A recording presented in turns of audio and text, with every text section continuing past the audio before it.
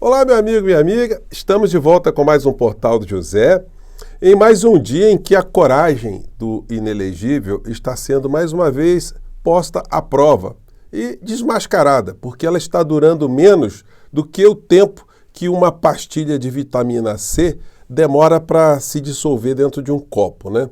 Vou conversar com vocês o que aconteceu com o inelegível e de coisas muito importantes que estão acontecendo no Brasil e no mundo, mas antes de mais nada quero convidar você que está chegando agora ao nosso portal e ainda não nos conhecia, para que você se inscreva aqui conosco, conheça também os nossos outros vídeos. Se você gostar, compartilhe e recomende, não se esqueça, dê o seu joinha, mande seu comentário, que é muito importante aqui no nosso portal, e se puder, se inscreva também no nosso clube de membros. Você que é muito bem-vindo e muito bem-vinda. Gente, durou pouco tempo, né? A coragem do inelegível, né? Logo depois da frase dele de que não aceitaria ser preso e receberia a bala, aquele que tentasse, né? Ele agora, lá no sul do país, ele está em Santa Catarina, ele, muito exaltado, né? Ele está dizendo que não tem motivo para ser preso, não, né? A coluna aqui do Lauro Jardim diz: Jair Bolsonaro diz ter zero preocupação com prisão. Se tem zero preocupação, o que foi fazer 2 noites lá na embaixada da Hungria? Foi dormir de conchinha com o embaixador? Ou com alguma pessoa desconhecida? Enfim, isso só pode acontecer numa possível arbitrariedade. Qual o motivo para isso? Bom, senhor inelegível, o motivo está aqui, ó. Tem muitos motivos aqui nesse livrinho aqui chamado Código Penal Brasileiro. O senhor praticamente gabaritou todo o Código Penal em todas as áreas, né?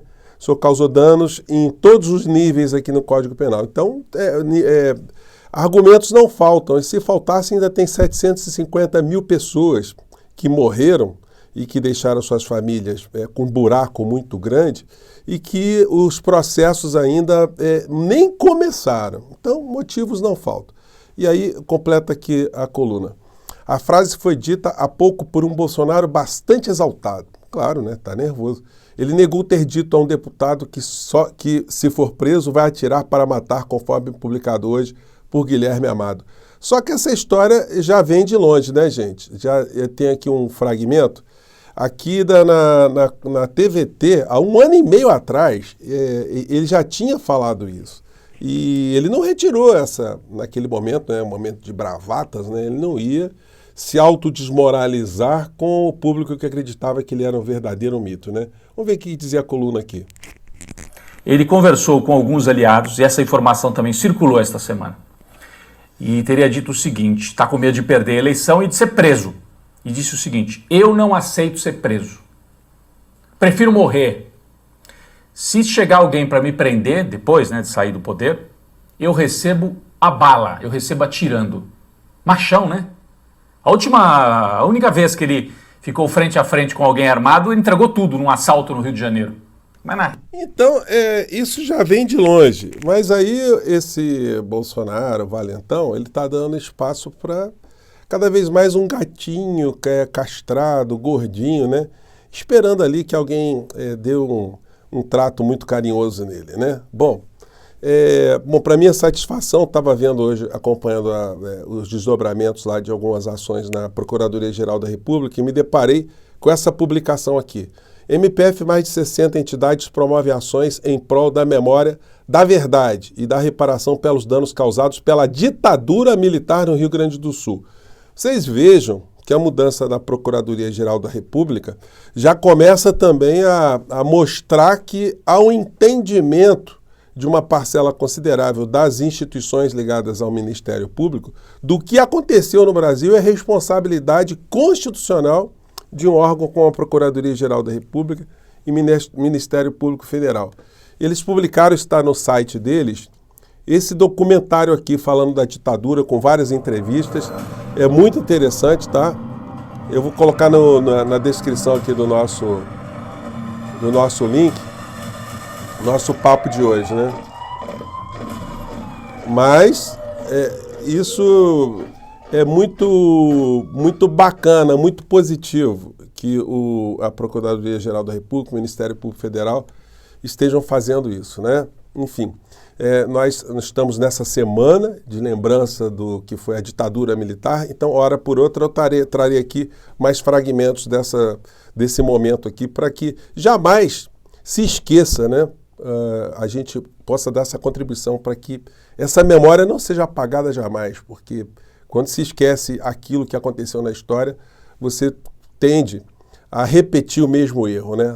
Esse pensamento não é meu. Bom, coluna aqui do Kennedy Alencar. Após decisão do STF, Lula apoiará a mudança do artigo 142 da Constituição. O Supremo Tribunal Federal está próximo de dar uma decisão histórica de 11-0 contra esse entendimento patife de que as Forças Armadas seriam uma espécie de poder moderador. Então, depois desse placar, há quem diga que não é necessário mudar esse artigo 142, quem diz isso é o senador Randolfo Rodrigues, porque isso, na cabeça dele, na visão dele, isso daria a chance dos golpistas, né, de afirmarem que poderia ter havido um entendimento, uma lacuna que possibilitaria, ou que possibilitou, né, que eles tivessem aquele entendimento que o artigo 142 poderia ser invocado para chamar as Forças Armadas para intervir no processo político aqui no nosso país. Bom, eu penso no sentido contrário. É legal afastar de uma vez por todas, deixar isso muito sacramentado e não deixar mais nenhum fantasma para que nenhuma pessoa volte a querer reinterpretar aquilo que já foi interpretado pelo Supremo Tribunal Federal. Bom, o Mala assumiu, né? Pastor Mala deu uma sumida, ele depois de ter dito que tinha vídeos, e os vídeos, depois que eram vídeos de um habeas corpus, né, para soltar ele e Bolsonaro da cadeia, aí virou um vídeo de despedida. Caso nós sejamos presos, nós temos vídeos que as pessoas vão ver a nossa versão e nós na cadeia, né? Antes assim, né? Bom, mas pegou mal, hein? Pastor Mala, mais uma bravataria aí que não vai dar em absolutamente nada, né? Como outras tantas juntas com profecias que foram feitas aí ao longo dos últimos anos. Bolsonaro, aliás, hoje está em Uberaba, tá? Onde ele fez essa declaração aí, esse recuo, né? Essa coragem de pastilha de vitamina C efervescente. Está lá em Uberaba, publicando sempre aqueles videozinhos onde os seus apoiadores divulgam que ele estará por lá, em algum lugar, se faz aquela aglomeração, as pessoas ficam gritando aquelas palavras de ordem de sempre, o que é uma coisa muito dramática para o Brasil. Toda vez que eu vejo esse tipo de cena, eu fico pensando, será que não tem ninguém que perdeu um parente? Ninguém perdeu uma pessoa que gostava, que amava, que admirava no tempo da pandemia? Essas pessoas não conseguiram conectar que aquilo que aconteceu no Brasil teve o dedo daquele genocida, daquele assassino, e não dá pra gente falar de outra forma, gente. Enfim, isso é uma coisa muito triste, né? Isso sempre comprova aquela frase de Hegel, né? Aquele pensamento atribuído a Hegel, que a informação gera a ação. A desinformação gera a conformação. Quando você não é informado de algo, você tende a não se movimentar em relação àquela falta de informação, né? Enfim, Lula hoje no Rio de Janeiro fez o lançamento de uma obra de dragagem na Baía de Guanabara, perto de onde se tem muitos estaleiros em Niterói, mostrando ali que a Petrobras vai voltar a investir pesadamente na construção de navios aqui no Brasil, que vai colocar novamente a Petrobras num projeto aí de vanguarda de reaquecer a economia do nosso país.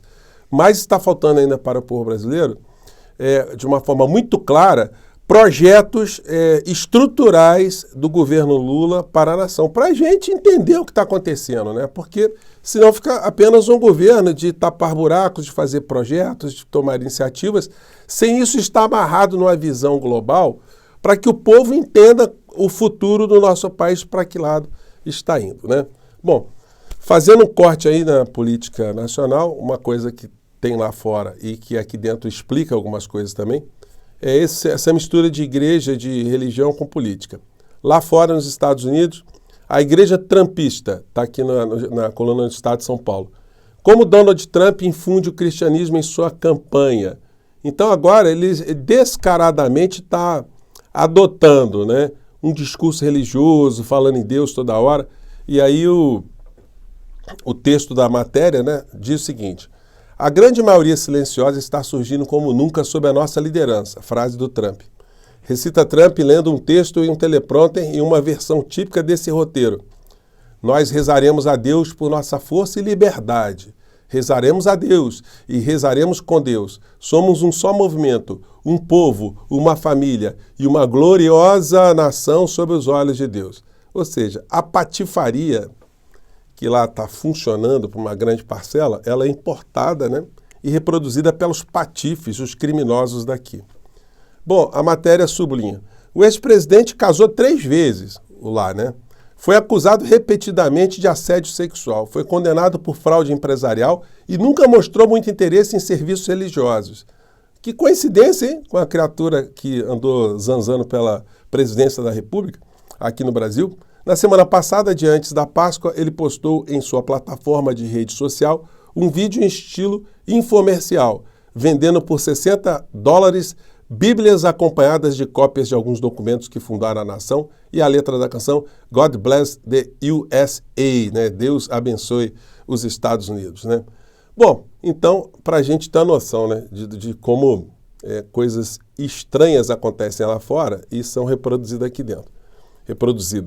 E aí, a última notícia que, de uma forma muito tímida, ainda está sendo reverberada no Ocidente de uma maneira geral. Acontecem guerras, diz Netanyahu sobre ataque que matou 7 pessoas de uma ONG de chefe condecorado por Obama. Gente, a situação absurda. Essa aqui é a imagem aqui da TV Today. Mostrando aqui 7 pessoas, né, voluntárias que foram para aquela região de Gaza para servirem alimentos para as pessoas, enfim. E o carro que eles estavam foi simplesmente incinerado, né? Acho que tem cena, que tem imagem aqui. Gente, é um negócio impressionante, os carros ficaram nesse estado aqui, de pessoas que estavam se doando com carros identificados dessa ONG, que tinham avisado, inclusive, para o Estado de Israel que eles estariam ali. E aí o seguinte, Netanyahu, que está esticando esse conflito o máximo que ele pode, porque uma vez terminado o conflito, ele sabe que ele vai ter problema com a justiça e vai parar na cadeia. Então, ele está fazendo do sangue do povo palestino, a morte de pessoas, uma forma de garantir uma sobrevida política, para vocês verem no que Israel se transformou na mão desses extremistas assassinos de extrema direita, né? Extremistas de extrema direita, né? Estão à direita dos extremistas. Bom, eu vou ficando por aqui. A pastilha de vitamina C já se dissolveu, a coragem do inelegível foi junto, mas nós estamos aqui, né? Nós somos a força aqui que não vai derreter facilmente não, tá bom? Um grande abraço, gente, até o nosso próximo encontro. Tchau!